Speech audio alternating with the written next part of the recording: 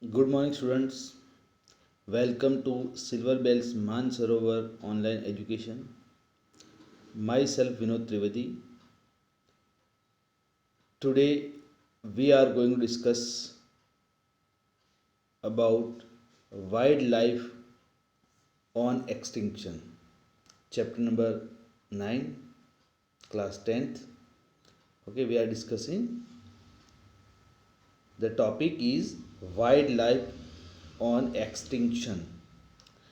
Today, many wild animals in the world are on the verge of extinction. Do you know, friends, what is meant by extinction? Okay, now they will be not more. Okay, वो अभी रहेंगे नहीं, border पे जो भी है बहुत कम बचे हैं.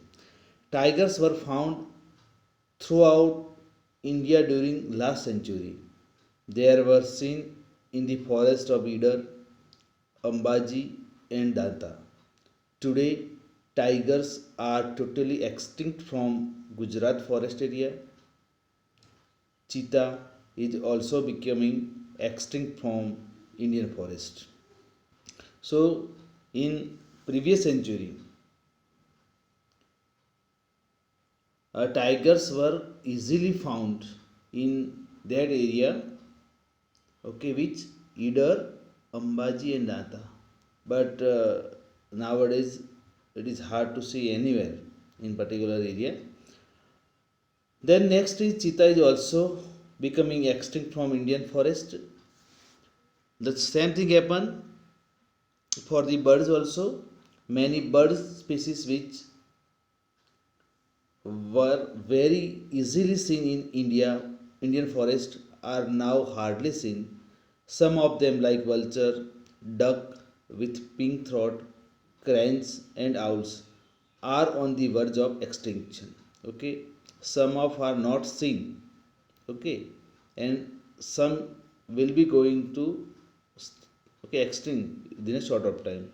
Okay, so some of them like vulture, duck with pink throat, cranes and owls are on the verge of extinction. Okay, अगर उनको संभाला नहीं जाएगा तो they will be not anymore.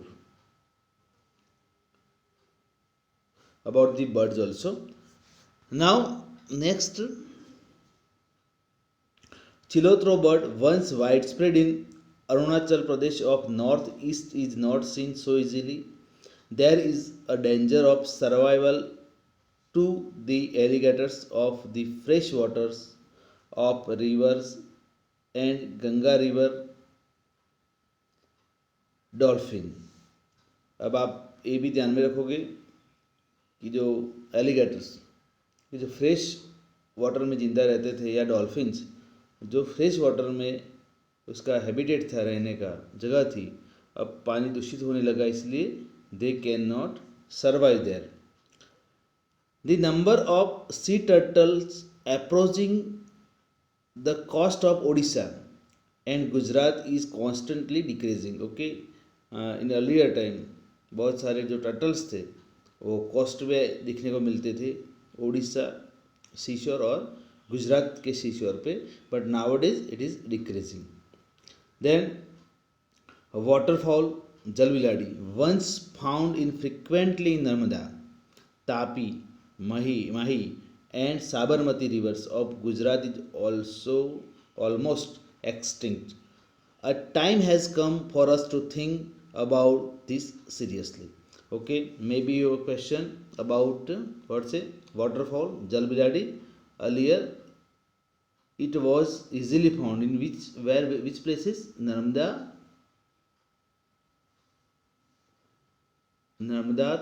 Tapi, Mahi, Sabarmati rivers of Gujarat, which is almost extinct. A time has come for us to think about this seriously. Okay, अभी सबको animals भी देख लो, टाइगर्स की बात की, चीता की बात हुई, बर्ड्स भी हुए बात. ओके, वल्चर, डक और कुछ एक्वाटिक एनिमल्स की बात हमने की, एलिगेटर और जैसे वाटरफॉल जल बिलाड़ी, टर्टल्स. पर अब उसमें इम्बैलेंस क्रिएट हो रहा है तो we have to think about it by which way we can okay save them, how can we can give life to them. First of all we should think about reason for destruction of wild life. जैसे destruction of forest area के reason क्या थे, ऐसे ही reason for the destruction of wild life. तो सबसे basic reason अगर मैं समझूँ तो उसके लिए वही है कि ह्यूमन ग्रीड, इंसान की जो लालच है उसने बहुत जगह पे इम्बैलेंस क्रिएट किया है, नेचर में बहुत जगह पे दखल अंदाजी की है, देखते हैं। Due to the human interference is in grasslands and watersheds area of the forest and natural habitat of the wild animal is put in danger। मैंने बताया जैसे कि ह्यूमन इंटरफियरेंस, जहाँ उसको ग्रासलैंड की ज़रूरत थी वो फॉरेस्ट कट करके एग्रीकल्चर बना या ग्रासलैंड बना दिए जहाँ एनिमल ग्रेजिंग कर सकते हैं, या जहाँ आजू बाजू पानी का एरिया है, ओके, वाटरशेड, तो वहाँ उसके हिसाब से उसने कोई ना कोई एक्टिविटी चालू काम कर दिया और वहाँ का जो एरिया को प्रदूषित बनाया। और human has put in danger wild animal. Destruction of forest is the main reason responsible for natural imbalance. Its final impact is the reduction in the number of wild animal. First of all destruction of forest, okay, domestic animal they can lives around us but wild animal they cannot, and we don't do this thing also. Suppose if from anywhere, okay, any suppose leopard or any lion or tiger, it may come on the road, so we have a tension about and we call forest department. So this is what it is, fear of them. So what happened? Destruction of forest is the main responsible for natural imbalance. Its final impact is reduction in number of wild animal। हमने कोई जगह उनके लिए रहने रखी नहीं, हर जगह पे हमने इंडस्ट्री कर दी, हर जगह पे रेसिडेंशियल एरिया बना दिया, तो अब वो रहा नहीं तो वो रहेंगे कहाँ? That's a question. Then hunting the animal to obtain hair, skin, bones, horns or nails is also responsible, okay। Again human greed we can say for getting skin, okay, bones, horn, nails is also responsible, okay। तो उसके skin के लिए या उसके हाथी दांत की बात की जाए तो हाथी दांत के लिए हम हाथियों को मार दिया गया, और जो भी जैसे कि स्नेक, उसकी जो स्किन होती है वो अच्छी होती है, जिससे बेल्ट जैसी चीज़ें बहुत अच्छी बनती है। तो ये सारी चीज़ों को हमने लेने के लिए एनिमल्स को डिस्टर्ब कर दिए, मार दिए। Then the over exploitation of forest made by man for his greedy motives such as road, multipurpose project, mining, minerals, expansion of new settlement or cities etc. displays the wild animal, okay। Another thing is this, what we have done, okay, we cut forest for making roads, okay, yeah, or for any what say other reason, for multi-purpose projects, mining also for getting minerals and all that, okay। in Jharkhand area and that what we have done, जो कोई जगह से mineral को निकालना है तो वहाँ तो पहले तो फॉरेस्ट होगा, माउंटेन रीजन होगा, तो क्या किया हमने, फॉरेस्ट ट्री ख़त्म कर दी वहाँ की, फिर वहाँ मशीनों से मिनरल्स निकालने लगे, गड्ढे कर करके लैंड को भी बिगाड़ दी और फॉरेस्ट ट्री भी ख़त्म कर दी, फिर वहाँ थोड़ी बहुत रहने की जगह कर दी, लेबर्स रहेंगे, ये सारा अरेंजमेंट कर दिया, जिससे क्या हुआ कि वो एरिया में जो भी वाइल्ड एनिमल्स थे उनके लिए जगह बची नहीं। हाँ, तो उनको कोई दूसरी जगह पे सेटल होना पड़ा। हर जगह पे हम ये करते रहते, धीरे धीरे वो मतलब कि ना होने जैसी पोजीशन में आ गए। अब आप देखोगे उसके जो रीजन्स, डिस्ट्रक्शन ऑफ फॉरेस्ट, दूसरी बात हंटिंग कैसे याद रखोगे, और थर्ड वन हमने हमारा मोटिव्स को सेटिस्फाई करने के लिए, ग्रीडी मोटिव्स पर्टिकुलरली, तो मल्टीपर्पज़ प्रोजेक्ट किए, माइनिंग्स को एक्सपांशन किया, हमारा सेटलमेंट के लिए वो ज़मीन को उपयोग में लाई, ये सारे रीजन्स रहे डिस्ट्रक्शन ऑफ वाइल्ड लाइफ के Then forest land are being encroached for grass, fuel और फॉर ग्रेजिंग. ओके, जो फॉरेस्ट की ज़मीन थी हमने यूज में लाई ग्रास के लिए, फ्यूल के लिए और grazing. The forest fire engulf many species when the forest fire occurs at the time of rearing the young ones of the birds or hatching the eggs. It creates a negative impact on the number of wild animals. How many time what say forest fire and still having such a technology, but we cannot stop forest fire. Okay, हमारे पास इतनी with in short of time हम forest fire को बंद कर सके, ऐसी आज तक कोई देश के पास वो टेक्नोलॉजी अब तक नहीं है. दूसरी बात, कभी कभी फॉरेस्ट फायर वो टाइम पे होता है जब बर्ड्स मतलब उनके एग्स को हैचिंग करते होते हैं, मतलब कि नए बच्चों को मतलब जन्म का टाइम, अदरवाइज उनको बड़ा होने का टाइम आता है, उस टाइम पे फॉरेस्ट फायर हो जाता है. तो छोटे छोटे बच्चे या एग्स और जो भी है वो जल जाते हैं, जिससे number of birds, number of species of different animals and birds वो ख़त्म हो जाता है और वो बड़ी इम्पेक्ट होती है. मतलब फिर कुछ टाइम के बाद वो चांस होता है कि भाई नए मतलब कि बर्ड्स आपको देखने को मिले. Then next, due to the loss of natural habitats many animals without any abordable place of living come into conflict with man and sometimes even lost their lives.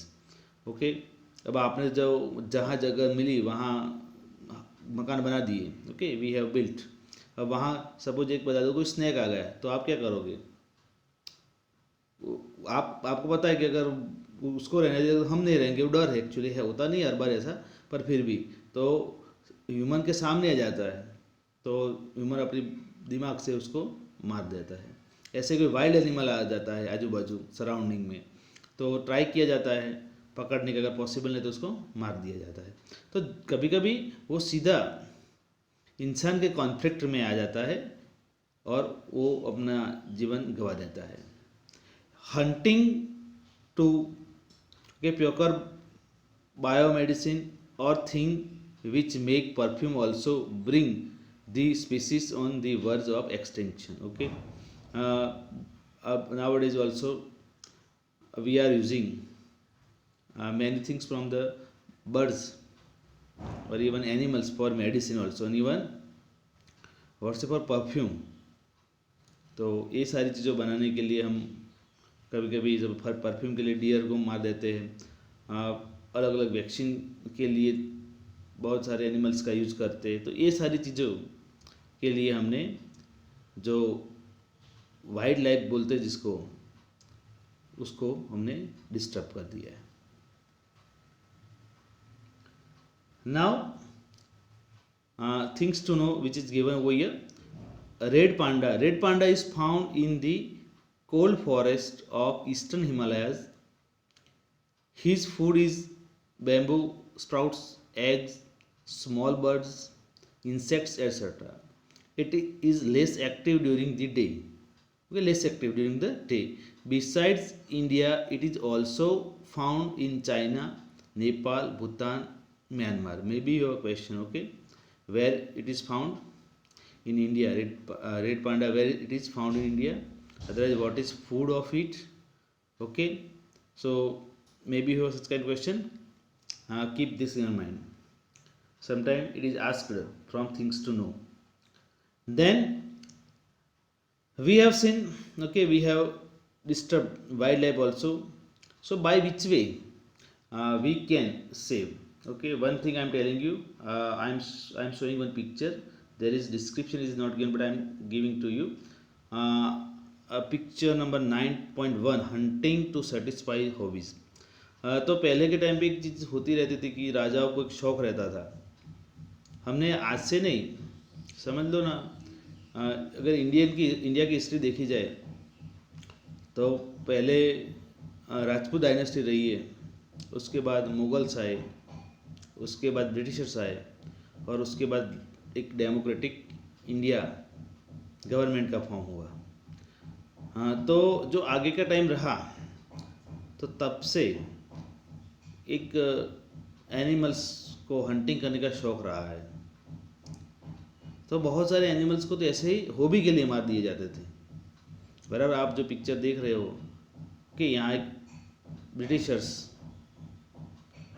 वो आए हैं, ओके, और उनको एक शौक है शिकार का, और वो सेटिस्फाई करने के लिए आप पूरा मतलब समझ सकते हो उनके साथ जो भी जुलूस दिख रहा है, ओके, वो पूरे प्रोटेक्शन में आते हैं। और जहाँ भी यहाँ उसमें नहीं दिया हुआ ना CBSE बुक में पिक्चर के साथ दिया है कि अराउंड 11 जो टाइगर को उन्होंने मार दिया था। तो इस सिचुएशन में कभी कभी पोजीशन हो जाती है कि भाई लोगों को ऐसा शौक होता है। पहले कुछ राजाओं को ऐसा शौक था कि उन्होंने कितने टाइगर मारे। ब्रिटिश अमलदार थे, उनको भी जैसे यहाँ आए तो उनको पता चला कि भाई ये चीज़ें अलग तरीके से की जाती है, अपना हॉबी सेटिस्फाई किया जाता है, क्योंकि यहाँ कोई बोलने वाला नहीं था। तो वो भी कभी कभी राजाओं के साथ आते थे, किंग्स के साथ, ओके, और ये हंटिंग का हॉबी सेटिस्फाई करते थे। तो ये सारे रीज़न रहे। Now next, measures of preservation of wild life, okay, कैसे वाइल्ड लाइफ को बचाई जा सकती है, how can we save it. Is necessary to change our attitude and perception towards the forest, okay, हमारा दृष्टिकोण चेंज करना चाहिए फॉरेस्ट के लिए। फॉरेस्ट में से जितना है वो मतलब कि हमारा इंटेंशन के लिए यूज़ कर दिया जाए और उसको एक जस्ट एक ऑब्जेक्ट समझ लिया जाए तो आगे जाके आपको नुकसान हो सकता है। We considered it is a source of unlimited income which is a mistake. It must be preserved only them the natural habitat for wildlife can be saved.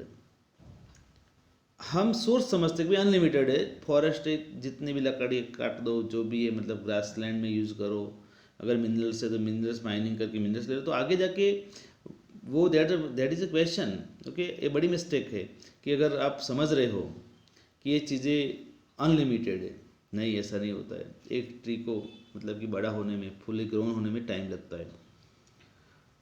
हाँ, तो हमारा जो दृष्टिकोण है, एटीट्यूड है, थोड़ा चेंज करना चाहिए। उसको लिविंग बीइंग जैसा हमारे दिमाग में होना चाहिए कि भाई उसको संभालना ज़रूरी है, वरना आगे जाके हमारे पास कुछ रहेगा नहीं। Maintain the balance of numbers between the herbivores and carnivorous in the forest.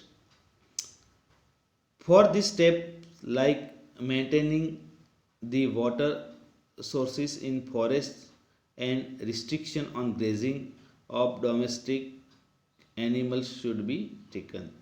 हाँ, कार्निवरस और हर्बीवरस, अब पढ़ के आया what is carnivorous and what is herbivores. अगर कार्निवरस एनिमल्स को आप मार दोगे, ओके, हॉबी के लिए, और जो भी मतलब कि मीट ईटर जो एनिमल्स है, तो क्या होगा, दूसरे जो ग्रास ईटर्स एनिमल्स, डियर, वो सब बढ़ जाएंगी, इम्बैलेंस हो जाएगा। ये कुदरत ने एडजस्टमेंट किया है, कार्निवरस उनके लिए रखे हैं, ओके, जिससे दूसरा जो ग्रास ईटिंग करने वाले एनिमल बढ़ ना जाए। पर कभी कभी क्या हम करते हैं कि टाइगर और ऐसे मतलब कि जिसकी ज़रूरत डिमांड हाई है, उनको कुछ भी तरह से मारने का ट्राई करते हैं और मार देते हैं। तो क्या होता है, हर्बीवरस एनिमल बढ़ जाएंगे। हर्बीवरस एनिमल बढ़ जाएंगे तो फॉरेस्ट में जो भी ग्रीनरी है वो खा जाएंगे, तो भी नहीं बचेगा, ओके। और दूसरा, इसलिए हमको कार्निवरस और हर्बीवरस में जो बैलेंस रखना जरूरी है। इन शॉर्ट, कार्निवरस को मारना नहीं चाहिए, क्योंकि कार्निवरस एनिमल रहेंगे तो दूसरे जो हर्बीवरस है बहुत नहीं बढ़ जाएंगी। अगर हर्बीवरस बहुत बढ़ जाएगा तो क्या होगा, जो फॉरेस्ट की जो वेजिटेशन है वो खा जाएंगी। So for this steps like maintaining the water sources in forest. दूसरी बात क्या है कि अभी जो ग्राउंड वाटर तो बहुत मतलब नीचे जा रहा है, बारिश भी कम आ रही है, तो जो भी एरिया है, ओके, वहाँ पानी रहे और फॉरेस्ट के जो एनिमल है उनको पानी जितना ज़रूरत है उसके हिसाब से मिलता रहे, वो भी अरेंजमेंट करना ज़रूरी है। Then restriction on grazing of domestic animals should be taken, okay. और जो डोमेस्टिक एनिमल को फॉरेस्ट एरिया में ग्रेजिंग के लिए कुछ एरिया को छोड़ के आगे नहीं जाने देना चाहिए। ये सारे उसके लिए रिजर्व जो रूल्स और रेगुलेशंस बनाने चाहिए। Now next, there should be strict laws to ban hunting. Hunting पे तो टोटली बैन को भी, अब तो राजा नहीं रहे, महाराजा नहीं रहे, न ब्रिटिश अमलदार रहे हैं, पर कुछ लोगों के पास अभी भी एक शौक़ होता है, कहीं ना कुछ भी तरीके से चांस लेके वो हंटिंग का शौक़ सेटिस्फाई करते, तो स्ट्रिक्टली बैन होना चाहिए, अदरवाइज स्ट्रिक्ट लॉज होने चाहिए। बराबर। आपको पता है कुछ टाइम पहले सलमान खान पे भी एक केस चलता था। बराबर। तो वो क्या था, एक शिकार का इंटेंशन से हो गए थे, और एक नहीं बहुत सारे ऐसे एग्जांपल्स होते हैं कभी कभी।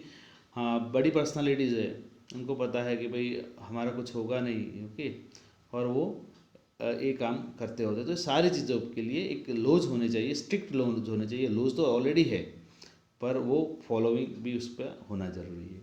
There should be strict laws to ban hunting.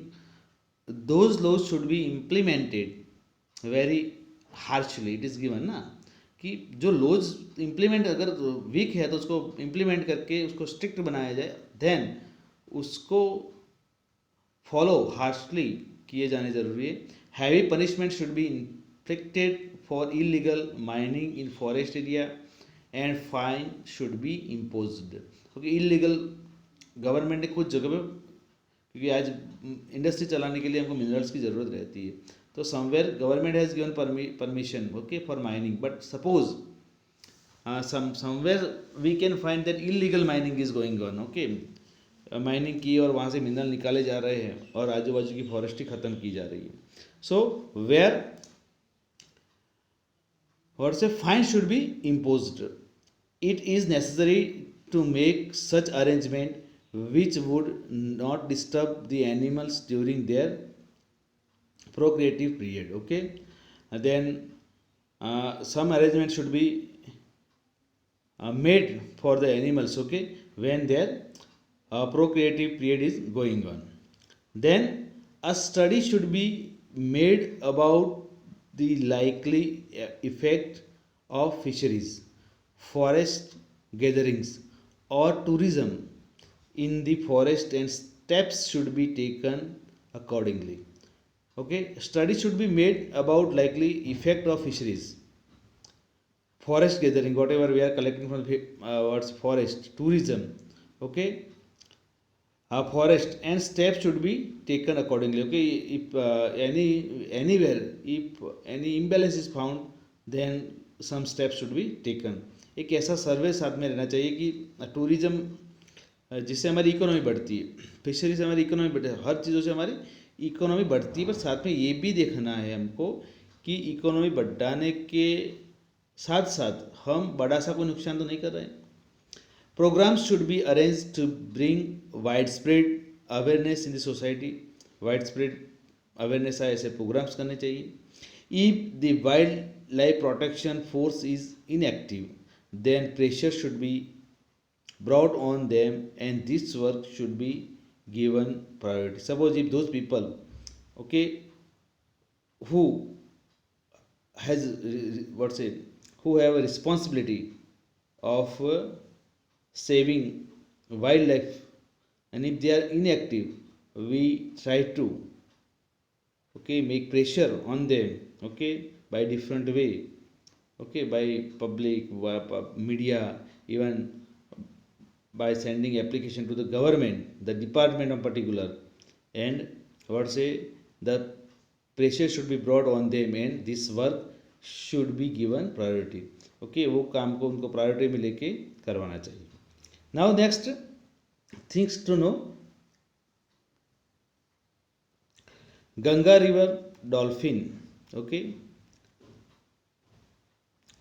This Ganga river dolphin found in river Brahmaputra and Ganga is a fresh water species. Generally it lives in the river having deep and calm water flow, okay, एकदम deep and calm शांत water flow तो वहाँ रहती है. Then it is found in the Ganga river which flows through one of the densely populated densely populated region of the world due to the release of dirty water in the river. Okay, densely populated area में से मतलब पानी आता है, वहाँ जो रहती है इफ डॉल्फिन, तो क्या होगा, वो फ्रेश वाटर में रहने वाली फिश है, ओके, तो वो उसके लिए वो हार्मफुल रहेगा. So you can see due to release of dirty water in the river, okay, surrounding densely populated, तो वहाँ का मैक्सिमम आज देख रहे हो कि मैक्सिमम जो वेस्ट वाटर है ओके सिटी का, वो कहाँ जा रहा है, रिवर में सबमर्ज हो रहा है, भेजा जा रहा है. तो उससे ये एक्वाटिक जो एनिमल्स है उनको नुकसान होता है. So you can see due to the release of dirty water in the river, sedimentation due to deforestation, fisheries, navigation in the river, okay, navigation, we are using waterway, industrial waste etc. danger has been created against its extinction. okay, dolphin के लिए जो ये सारी जो activity है, okay, dirty water को भेजा जा रहा है, ओके, डिफॉरेस्टेशन हो रहा है फिशरी से या नेविगेशन से या इंडस्ट्रियल वेस्ट रिलीज़ किया जा रहा है पानी, जिससे डॉल्फिन जो है उसके लिए एक डेंजर क्रिएट हुआ है उसका एग्जिस्टेंस के लिए. Okay, apart from Ganga and Brahmaputra river there are few such dolphins left in Chambal rivers. Okay, you can see apart from Ganga and Brahmaputra rivers there are few such dolphins left, कुछ डॉल्फिन जो बची है और वो left in Chambal rivers. It comes to the surface very often to breathe making सू सू like sound, बाहर आके ब्रीथिंग रहती है कभी कभी, तो उसको सू सू लाइक साउंड उसका नाम भी दिया है, अब देखते हैं. So it is also known by other name like सुन्स, सुसु और सुस, ये 3 नाम से भी डॉल्फिन्स को जानी जाती है. It is also found in the river of our neighbours Nepal and Bangladesh. At present the existence of Ganga river dolphin is in danger. Ganga river की जो डॉल्फिन्स है उसका एग्जिस्टेंस अब ना रहे सिचुएशन में आ गया है. Now student, we have discussed about wildlife. Okay, extinction के रीजंस भी हमने डिस्कस किए और कौन से पर्टिकुलर जो एनिमल्स है, ओके, एक्वाटिक एनिमल्स है या दूसरे एनिमल्स फॉरेस्ट में रहने वाले वाइल्ड एनिमल्स, बर्ड्स, उनको क्या प्रॉब्लम्स है और किसकी वजह से वो एक्सटिंक्ट पोजीशन में आए हैं, तो हमने वो डिस्कस किया है. ओके, लर्न वैलिड, और जो भी उसमें अलग अलग नाम दिए हैं उसके रीजंस वो सब बराबर प्रिपेयर करना, लर्न करना. Thank you, have a nice day.